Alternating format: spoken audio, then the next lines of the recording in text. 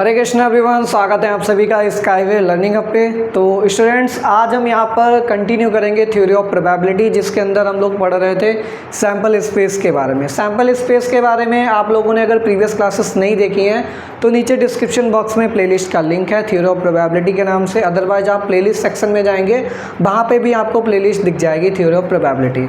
तो वहाँ पर वन बाय वन आप सारी क्लासेस को वहाँ पर वॉच कर सकते हैं, तभी आगे की क्लासेस बहुत अच्छे से समझ में आएंगी। यहाँ पर अपना टॉपिक आज नया स्टार्ट करेंगे और इस टॉपिक का नाम है addition theorem of probability.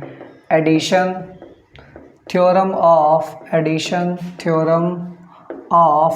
Probability. Addition theorem of probability क्या बोलती है? इससे पहले आपको थोड़ा क्लास 11th में जाना पड़ेगा, बेसिक्स में।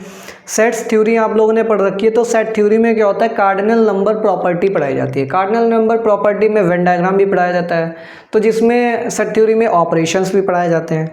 तो आपको एक हल्का सा हम यहाँ पर ब्रीफ इंट्रोडक्शन दे रहे हैं। जैसे कि हमारे पास ऑपरेशन वहाँ पे दो होते थे, एक यूनियन होता था, एक इंटरसेक्शन होता था।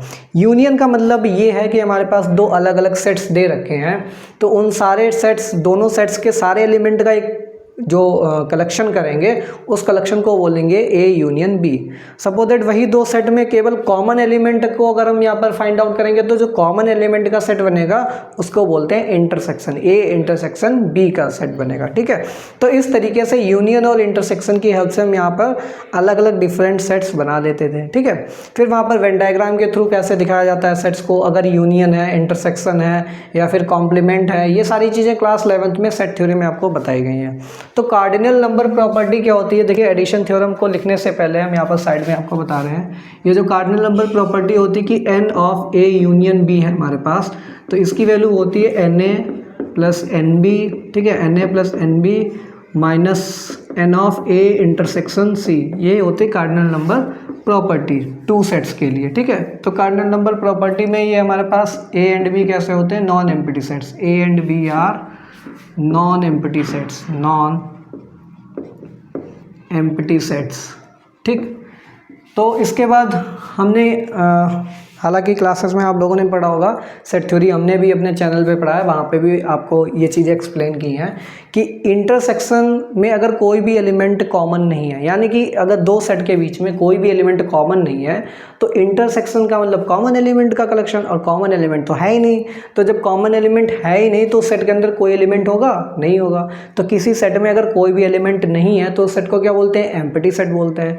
उसको वॉइड सेट भी बोलते हैं, उसको नल सेट भी बोलते हैं, ठीक है। तो नल सेट हो गया, वॉइड सेट हो गया, एम्प्टी सेट हो गया। जब उसमें एलिमेंट ही नहीं है, तो उसकी कार्डिनलिटी क्या होगी? कार्डिनलिटी क्या होता है, number of element in a set. तो कार्डिनलिटी ऑफ एम्प्टी सेट क्या होगी, जीरो। क्या होगी, जीरो। तो यहाँ पर अगर हमारे पास if A and B are disjoint sets,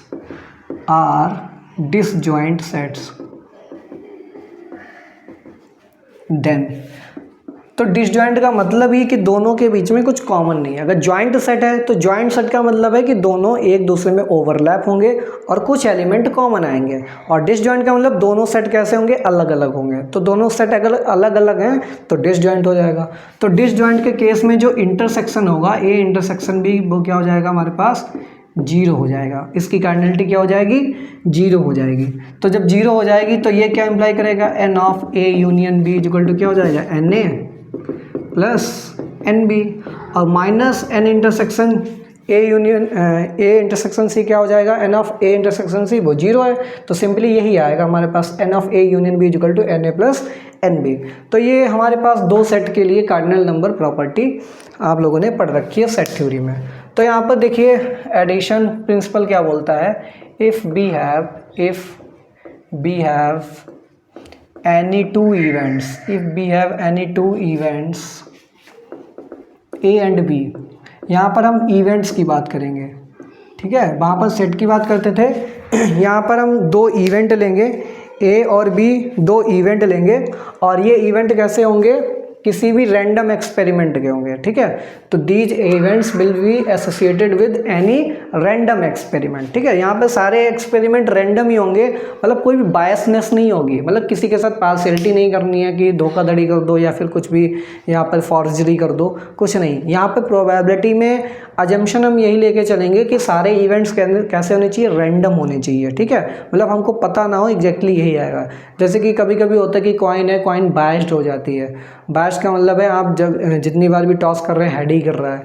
जैसे कि आप लोगों ने देखा होगा कि महाभारत के टाइम पे जो शकुनी मामा होते थे, शकुनी मामा, तो वो जब डाई को रोल करते थे तो वो जितना बोलते थे उतना ही पासे पे आता था, यानी कि उनके पासे कैसे थे, बायस्ड थे। उन्होंने उसमें कुछ ऐसा तो टेक्निक लगा रखा था कि वो जैसा बोलते थे यानी कि उसके अकॉर्डिंग ही नंबर्स गिरते थे, पता नहीं कैसे पॉसिबल था, बट बायस्ड थे वो, ठीक है। तो यहाँ पर यही बोला जाता है कि बायस्ड नहीं होना चाहिए, यानी कि हमको पता ना हो, रैंडम कुछ भी आ सकता है। हेड, अगर कॉइन को टॉस किया तो हेड भी आ सकता है, टेल भी आ सकता है। ये नहीं कि हर बार हेड ही आ रहा है, अगर हर बार हेड ही आ रहा है इसका मतलब कॉइन में क्या है, बायसनेस है, ठीक है। तो ये इवेंट्स कैसे होते हैं, we have any two events associated with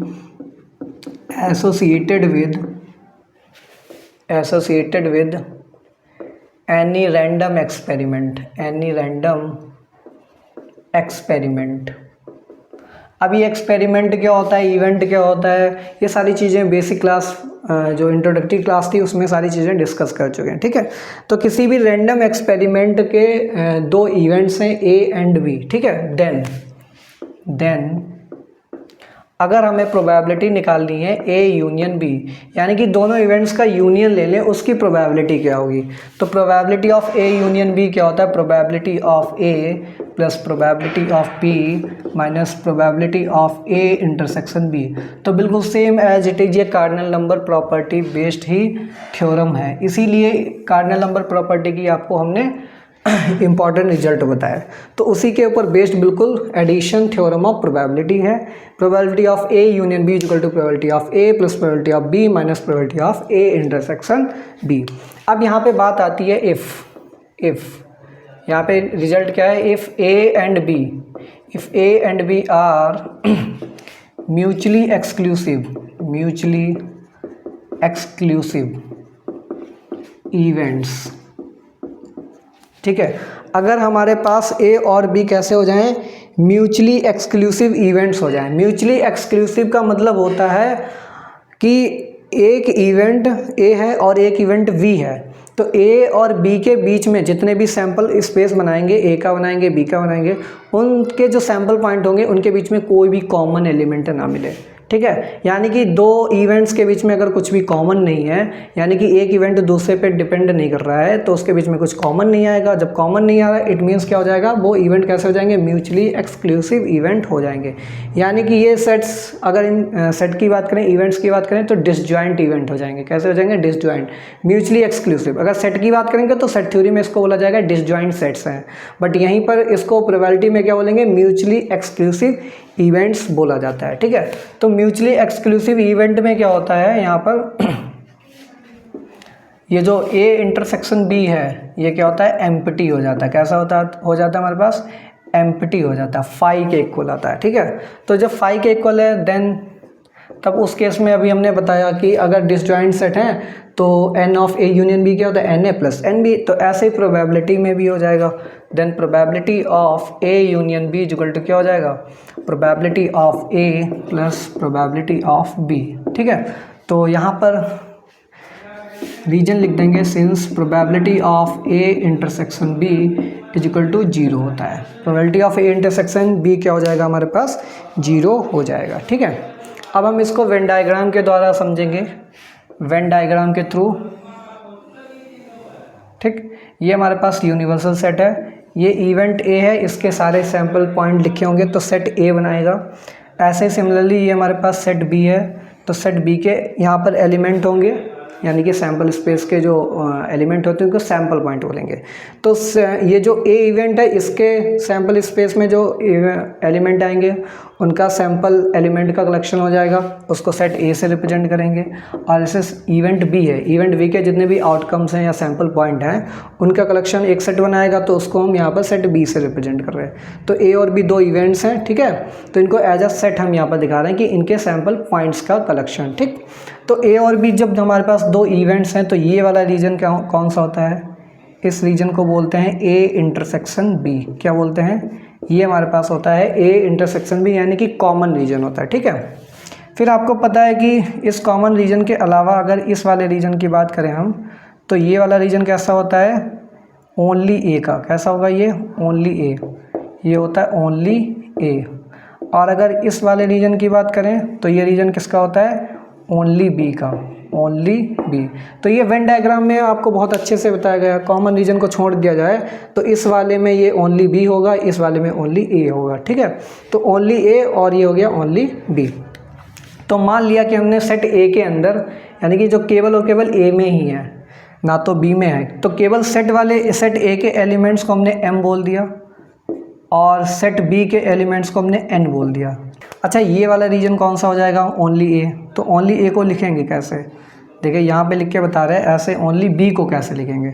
only ए का मतलब है ठीक है, ओनली ए का मतलब है A intersection B complement, A intersection B complement. देखिए बी का कॉम्प्लीमेंट क्या होगा, इस बी वाले सेट को छोड़ दो, बाकी ये पूरा का पूरा यूनिवर्सल सेट जो है शेडेड हो जाएगा, और ओनली ए वाला भी रीजन शेडेड हो जाएगा।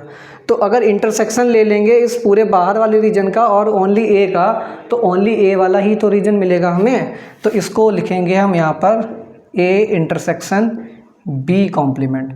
ऐसे ही इस वाले को क्या लिखेंगे, ये यहाँ पर इसको लिख सकते हैं आप ए कॉम्प्लीमेंट, तो इसको क्या लिखेंगे, ए कॉम्प्लीमेंट इंटरसेक्शन बी। यानी कि ए का कॉम्प्लीमेंट क्या होगा, ए का कॉम्प्लीमेंट मतलब बाहर का सारा रीजन होगा, ठीक है। साथ ही साथ ये बी वाला आ रहा है, इस बी वाले का भी शेडेड हो जाएगा। तो जब कॉमन की बात करेंगे तो कॉमन में तो केवल ओनली बी ही आएगा, तो ओनली बी को लिखेंगे ए कॉम्प्लीमेंट इंटरसेक्शन बी, और ओनली ए को लिखेंगे ए इंटरसेक्शन बी कॉम्प्लीमेंट, ठीक है। तो इस तरीके से ये रिप्रेजेंट करने के हमारे पास तरीके हो गए, ठीक है। यहाँ पर क्या लिखेंगे हम, let S be the sample space, let S be the sample space associated to an random experiment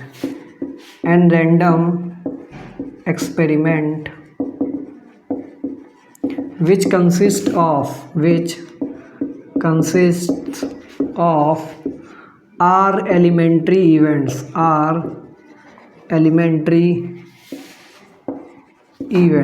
कहने का मतलब है कि सैम्पल स्पेस के अंदर हमारे पास आर एलिमेंट्री इवेंट्स आएंगे, छोटे छोटे बहुत सारे आर एलिमेंट्री इवेंट्स आएंगे। आर क्या, कोई भी नंबर हो सकता है, 2 इवेंट हैं, 3 इवेंट है, 4 इवेंट हैं, इस तरीके से क्या हमारे पास आर एलिमेंट्री इवेंट्स का सैम्पल स्पेस कलेक्शन है एक हमारे पास, sample space associated with random experiment which consist of r elementary events. Now let, हम यहाँ पे क्या लेट करेंगे, ये जो हमारे पास सेट ए के लिए यानी कि इवेंट ए के लिए एलिमेंट्री इवेंट कितने आएंगे, एम आएंगे, इसकी वैल्यू कितनी है, एम है, ठीक है। Now let m be the number of elementary events favourable to ए।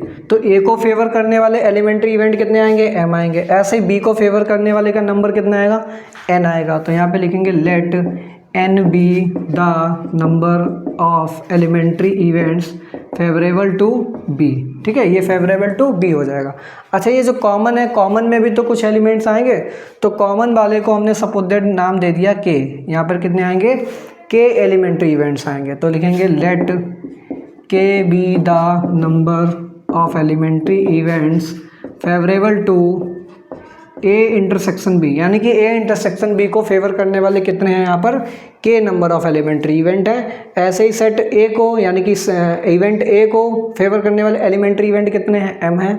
और ऐसे ही इवेंट बी को फेवर करने वाले एलिमेंट्री इवेंट्स कितने हैं, एन है, ठीक है। तो यहाँ पर अगर हम प्रोबेबिलिटी निकालना चाहें, प्रोबेबिलिटी ऑफ ए, तो प्रोबेबिलिटी ऑफ ए क्या होगा, ए की प्रोबेबिलिटी क्या होगी, इस ए इवेंट की हैपनिंग की प्रोबेबिलिटी क्या होगी, number of favourable outcomes upon total number of outcomes. तो फेवरेबल आउटकम्स हमारे पास कितने हैं, फेवरेबल में m है। सेट ए की बात करें, अगर इवेंट ए की बात करें तो इस इवेंट के पास total number of favourable outcome कितने मिल रहे हैं, एलिमेंट्री इवेंट्स को फेवरेबल आउटकम्स ही बोलेंगे। तो कितने मिल रहे हैं, m मिल रहे हैं। टोटल कितने हैं, टोटल हम लोगों ने कितने लिए, r लिए, कितने लिए, r लिए, ठीक है। तो इसकी वैल्यू हो जाएगी m/r हो जाएगी। ऐसे प्रोबेबिलिटी ऑफ b क्या हो जाएगी, तो सेट b के लिए फेवरेबल आउटकम कितने हैं, यहाँ पर n है और टोटल कितने हैं, r हैं, ठीक है। ऐसे अगर हम बात करें probability of a intersection b की, तो a इंटरसेक्शन b में कितने हो जाएंगे, इंटरसेक्शन में हमारे पास कितने आएंगे, k हैं। तो फेवरेबल में तो k हैं और टोटल कितने हैं, r हैं हमारे पास। तो ये हमने देखो PA, PB, P of A intersection B, इन सब की प्रोबेबिलिटी हमने यहाँ पर ईजिली फाइंड आउट कर ली है।